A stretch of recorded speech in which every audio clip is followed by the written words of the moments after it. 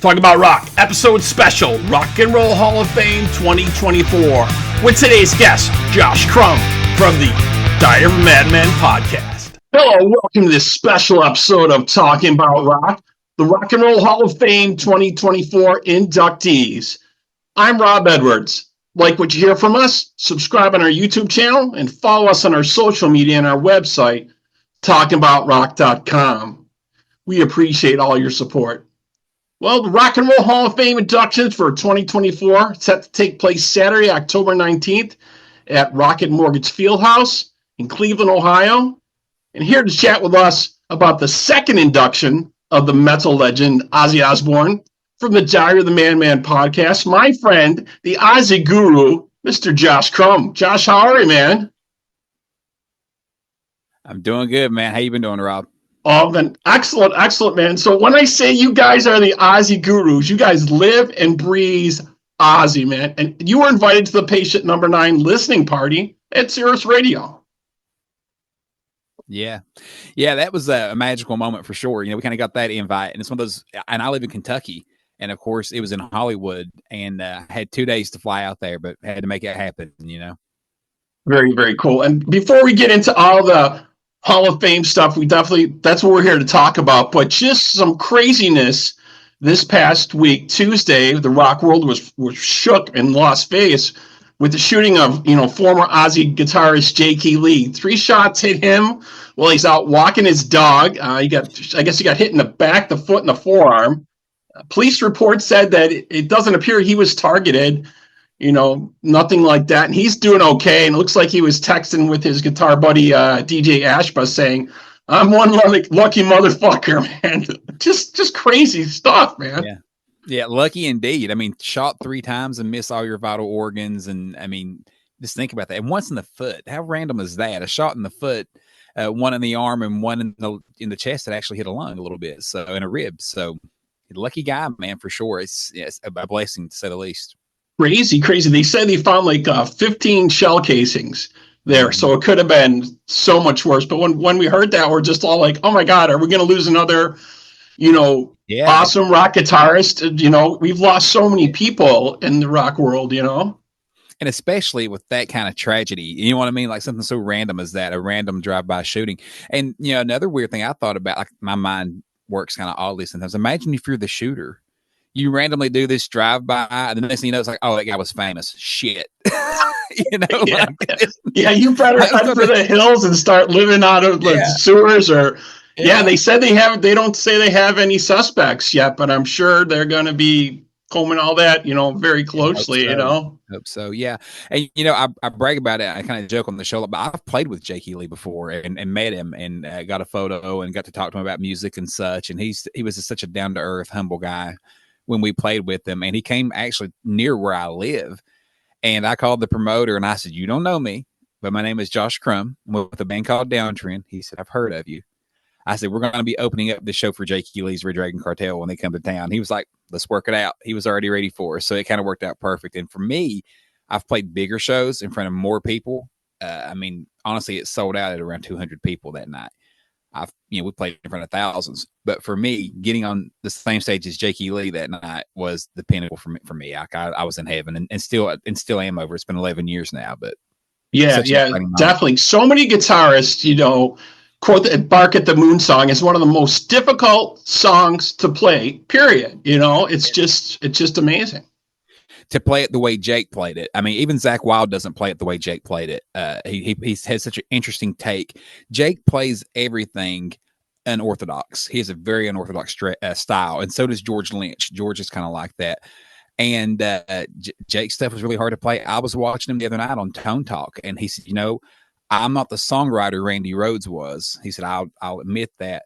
He said, but I think my shit's harder to play. And as a guitar player, I agree with him. Yeah, all the guitarists I talk to, they're just like, yeah, that one's a freaking real, wrist killer playing that stuff.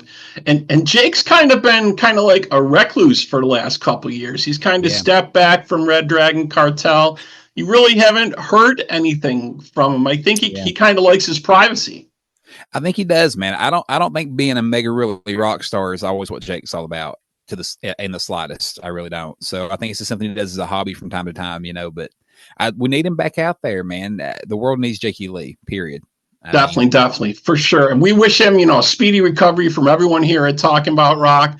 We hope he's doing all right. He messaged out some stuff today on social media. Looks like he's going to be doing all right, but yeah, just crazy, man. Yeah, and what a gorgeous dog he had, Coco. Right. People are asking to make sure Coco's okay, so he said Coco was all right. yeah. And and also I got my guy Ozzy. People can shit on the Ozzy Jake relationship all they want, and I thought Ozzy had a very heartfelt message to Jake, also, wishing him well and thoughts and prayers for Jade, also, which is Jake's daughter. Jade and Kelly were extremely close growing up. So, there's still family ties there. That even though people may not be in each other's lives anymore, there's always the history that's just, impossible to overlook, Definitely. So, man, Josh, you're not only a guitarist, you started doing some radio, I see. And obviously, your podcast, Diary of the Madmen, the ultimate Ozzy podcast, with yourself and Don Drago. You recently had Jack Osbourne as a guest from the Osbournes, and they discussed that on on their podcast. Yeah, you talk about shitting a brick. Just to be honest, when Jack was on, like, he hung out after the show and just chatted with us for a while. And I'll just say he's wanting to bring Ozzy on. He's like, I want Dad to come on the show. And we were like, well, who better than you to make that happen? Let's work that out. And that's something we're still discussing all these, a year later.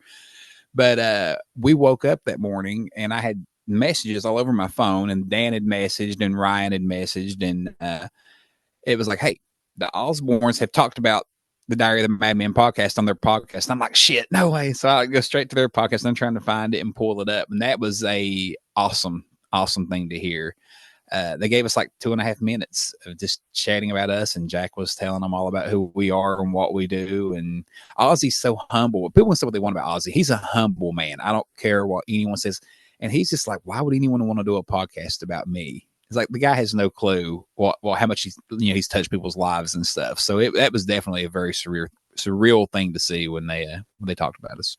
Yeah, definitely very cool. So we're going to take a quick break. We'll take a listen to the Osbournes discussing the Diary of the Madman podcast here real quick. We'll play some of that, and we're back here. Josh Crum on Talk About Rock.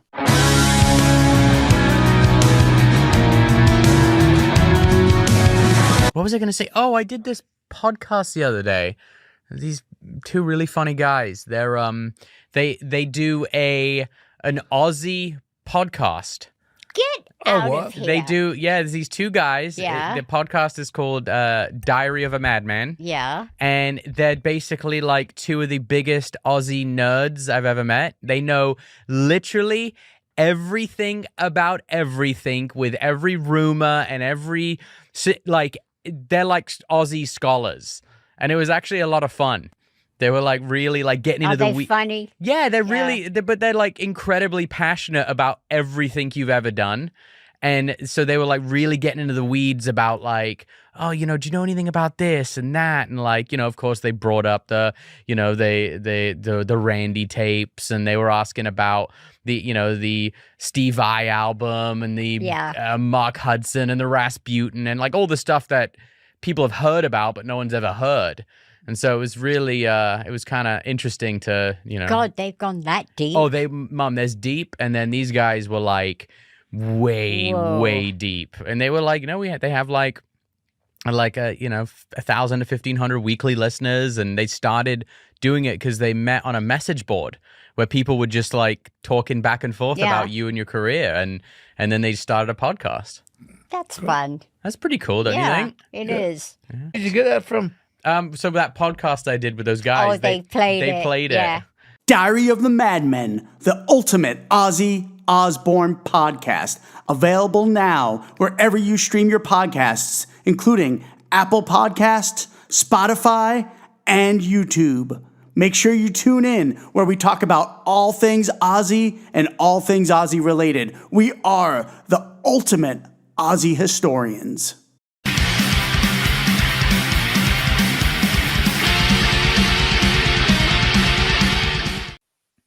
Okay, man. So very cool. So folks out there, if you're a big Ozzy fan, Diary of the Madman, the ultimate Ozzy podcast, Ozzy Osbourne's podcast talking about these guys. So just some cool stuff, man. We're Osbourne certified at this point, right? And they give us permission to use the clip. Like I had reached out, and they were like, yes, use the clip all you want. It's yours. Feel free to do what you want. Very cool. So Ozzy Osbourne management, I talked to Josh. He said it was okay when we played that. So don't sick the hordes on us.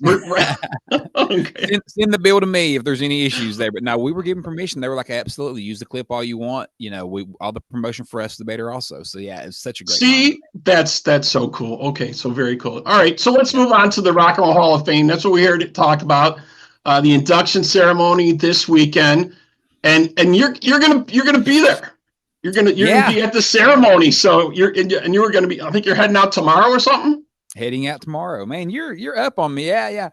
So really, the plan was hopefully for all three of us at the Day of the Madmen podcast. You have Dan and I host the show, but our buddy Ryan's always involved. He does all of our artwork. He's on the show often. The hope was for all three of us to go, but unfortunately, Dan has work. He was in Denver, going into Denver, and he can't be there. So Ryan and I are going to go. And man, what is already a remarkably exciting event, Rob, has gotten more exciting today. Did you hear the big news? There's been a couple different big things. There's been stuff. I was going to go through the different artists here in a minute, and we can talk about it a little bit. So let's go through the list, and then I think we'll get to what you're talking about in a second. So I just want to go through the performers a little bit, and we'll kind of get to the meat of it here. So obviously, want to start out with some of the classic stuff here. Cher is going to be inducted finally. Obviously, owed to her for years. Gypsy, Tramps and Thieves, Heart of Stone. Way past her time to be in there, right? Definitely. And the next guy, of course, also Peter Frampton. Way past time for him to be there. Legendary guitar player. Frampton comes alive, changed the game for live music. Yeah. I was going to say, there's a definite theme in this year's class of should have been there a long time ago. No question. Yeah, I mean, like there was no really essential live albums until he put that out. And that kind of put him on the map because he really wasn't making a lot of noise at that point. Yeah. And then I think everybody else, even like Kiss, looked up and said, well, we need a live album. You got to do a live album, So that was and we always awesome. Think about Wayne's World. Frampton Comes Alive. Everyone has Frampton Comes Alive. Everybody had Frampton Comes Alive. It was always, Definitely very much. Yeah, very, very cool. Some other folks here on the list, Kool and the Gang, probably way past their time to be on here, obviously, as well. Legendary performers. Another one, Dionne Warwick. She's going to be inducted for musical excellence. Obviously, another person way past her time. It looks like they're finally starting to see some of these people that it's owed to. Maybe they're going to catch up a little bit, right? Yeah. So what else we got here? We got Mary J. Blige. She's a performer inductee. Dave Matthews Band. A lot of folks are big fans of theirs. I wasn't a big follower of theirs really at all, but they're going to be in, And then, obviously, gone back and forth a little bit today on social media. Foreigner. Way overdue. These guys, right? It's like, right. I think everybody already thought they were in. I think that's what's going on, right? Well, I guess there was beef with the Rock Hall committee, though, right? Yeah. I heard some of that too, and I think Lou Gramm spoke to that a little bit online. And then today there was that back and forth. So Dennis Elliott, the drummer, puts a message on social media: "We're not going to be there." And everybody's like, Foreigner's not going to be there? What? And then 5 minutes later, Foreigner releases their statement. Lou Graham's going to be there. He will attend. Al Greenwood and Rick Wills will be there to accept the award. But they're going to have some folks performing with them. It looks like Sammy Hagar, Demi Lovato, Kelly Clarkson will all be joining the band. Obviously, not there. Mick Jones will not be attending. And it's like I mentioned before, Dennis Elliott. Obviously, there was some issues, and he will not be attending. So I was like, what's going on? Are they going to be there? Are they not? I mean, they seem to all be. They were fighting for this, it seemed, for Foreigner, right? Yeah. And I think we all thought it was that moment to have Lou Gramm back with the group on stage. That's kind of what we all hoped for, and it doesn't look to be so. Yeah, just some crazy stuff. And obviously, I'm in the Western New York area, so we're super excited because Lou Gramm's from Rochester, New York, right? So we're super excited to have him finally, what we feel, get his due, 100%. I mean, Foreigner is one of the greatest rock bands of all time. They're a top 10 to me rock band of all time. It just blows my mind. And like I said, aside from Beef, there's no excuse for Foreigner not being there. Right. Like every song of theirs you can name has been on the radio a million billion times. Yeah. Yeah. Like most bands have that one hit. Foreigner has like 12 of those. Yeah. I know. That's why it blew my mind. I was like, are you kidding me? Like, you really have to think about putting these guys in? They really have to fight to get what? And to be fair, I think Kool and the Gang is like that too. They've got a million damn good songs. I mean, exactly. Yeah, there's tons of music. So maybe they're catching up a little bit, but then some of the stuff I don't really understand. Maybe you can explain it to me. A Tribe Called Quest. Don't understand that one really. I had, had another pod show guest on here. I had Ron Jones on the show from the Rip It with Ron podcast, and we were like, we're not familiar with the Tribe Called Quest. Who are these folks? Yeah, I know. But yet they go in the same year Ozzy Osbourne does. I mean, in Foreigner. Yeah, right. So really weird. So so let's get to it. Obviously, is what we're going to talk about too. Ozzy Osbourne, second time induction into the Rock and Roll Hall of Fame, and it looks like announced today. I think you were going to bring this up. Tools Maynard James Keenan will be singing the Ozzy Osbourne songs. It looks like, and what are you thinking, Josh? It's got to be Crazy Train, right? You think that's what he's going to be singing? And Jelly Roll is going to perform. I didn't see Jelly Roll. And I expect Crazy Train from Maynard and Jelly Roll. Yeah, and I think Jelly Roll does Mom, I'm Coming Home. Oh, that could be very, very cool. And I heard that Jack Black is supposed to be inducting him. Yeah. That's what I heard last week. Yep. And, so my secret hope, not a secret, my public hope is that Ozzy joins them. They've not said anything. I have a hard time believing he doesn't want to be up there with them. So I'm just hoping he at least joins them. Maybe doesn't take the lead, but joins in singing these songs just one last time, because that's what we all want, Yeah, I think that's what everybody's wondering what that visual is going to be like, right? Is he going to come down in a chair or in a throne? Or I hope they make it a little bit over the top. Like it used to be back in the 80s, his stuff was like over the top, right? He was on like a big throne and he was If he comes down from the throne from the Ultimate Sin tour with the big giant green Ozzy throne, shit, I'll lose my mind. Right, that's what we're looking. That's what we're, as Ozzy fans, that's what we're hoping, right? That actually isn't the news I was going to discuss. Okay. So they announced right before we got on the air here, I'm a big Cincinnati Bengals football fan, and I already had plans to go watch the Bengals and Browns the next day in Cleveland. Works out perfect, right? Well, they announced now that Foreigner is going to do the halftime show, and that Zakk Wylde's playing the national anthem and going to perform after the third quarter. That's right. I did hear that, but Zakk was going to be there. I didn't hear about Foreigner, but I heard Zakk was going to be there, and I'm like, holy crap. Well, that's why he had to cut he was doing some Jimi Hendrix Experience tour thing, and he had to drop off some shows for that, I saw. Yep. He does that every year. It's a huge tour. Satriani usually does it, and all kinds of people. I've been to that before. Yeah, pretty cool. We're looking forward to his Zach Sabbath tour is going to be coming to town here in January. So the busiest man on earth, bar none. Right? I know. He's always got something going on. Very, very busy dude, man. I'm looking forward to the new Black Label stuff. That's going to be very, very cool. He's Pantera's on a 2-week tour break. I'm going to book some shows with Zach Sabbath. Right. just always. I love that, man. I love when these guys are keeping busy, keeping new projects going on.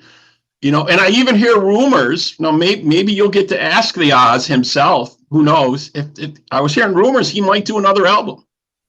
That's been the word. Actually, I did ask him when we were at the Sirius XM listening party. I said, "Is there plans for a third record with Andrew Watt?" And they both said, "Yeah."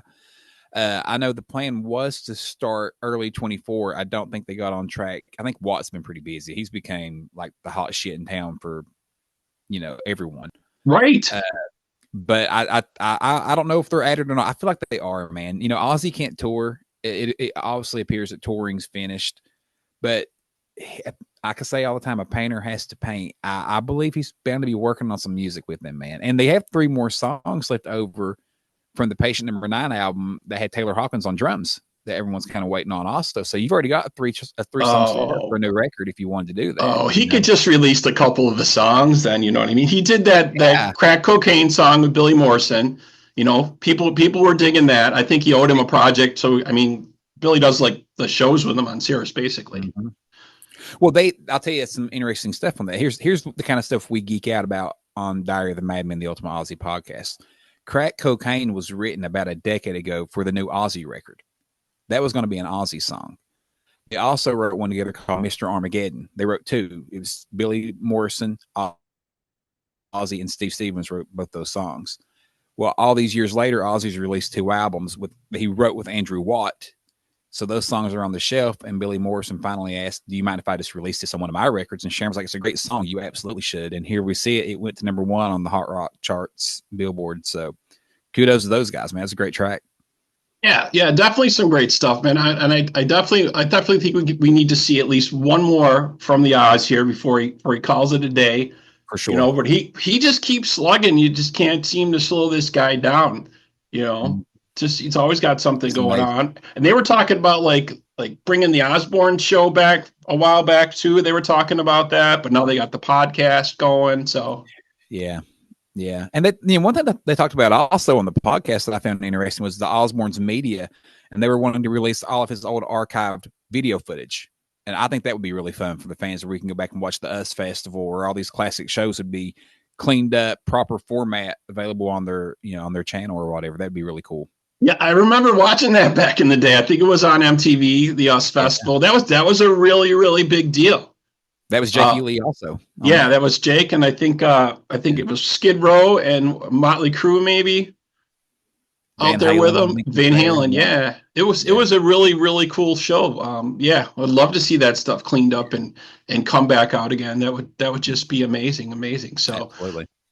So what else is going on? So tell us what your plan is here before I let you go and we wrap it up. What's the plan and where are you going to be? I'm sure you got this all. You're a planning type of guy. You haven't figured out like where you're sitting, where you're going to take your picture. Yeah.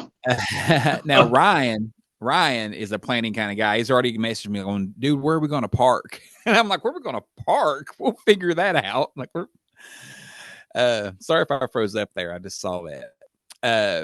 But no, Ryan and I are going to get up early Saturday. We are going to go tour the Rock Hall Saturday morning. I have been there before, but I'm anxious to see the new exhibits for the new artists and such, Ozzy.